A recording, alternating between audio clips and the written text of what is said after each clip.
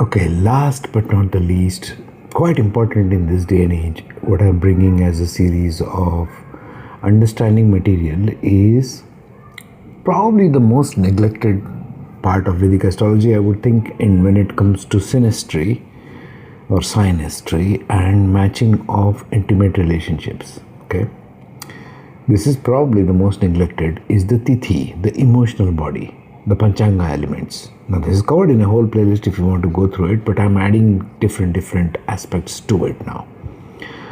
I'm comparing and contrasting based on deep research the different Tithi matches and challenges it brings in a couple's life. Very important. Very important.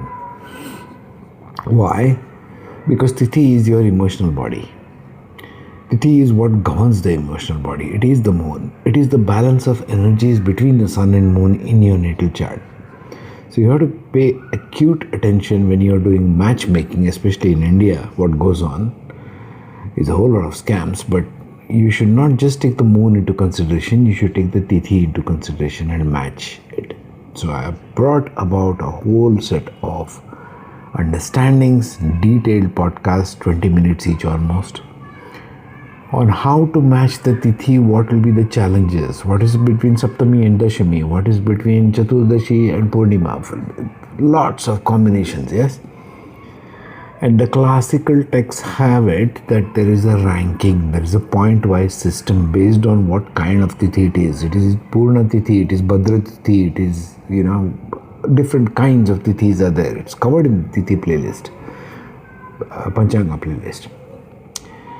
But I want to bring the intimacy part of it. So many people, young men and women, they are so misguided by all the narratives floating around in the web, and they keep getting divorced. One day they are together, 1 week later they are with somebody else. This is not the way to do things. There is a technology available, there is a science available given by ancient rishis in India.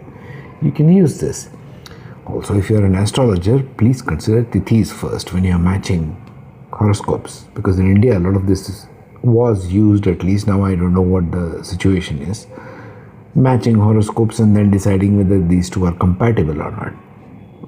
Now personally in my family at least I have seen plenty of that matching went on and the people are divorced.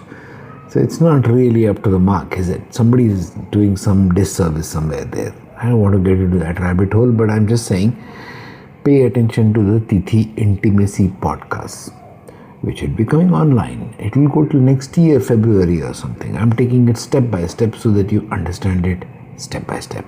Okay? And leave your comments if you find something there. Take care.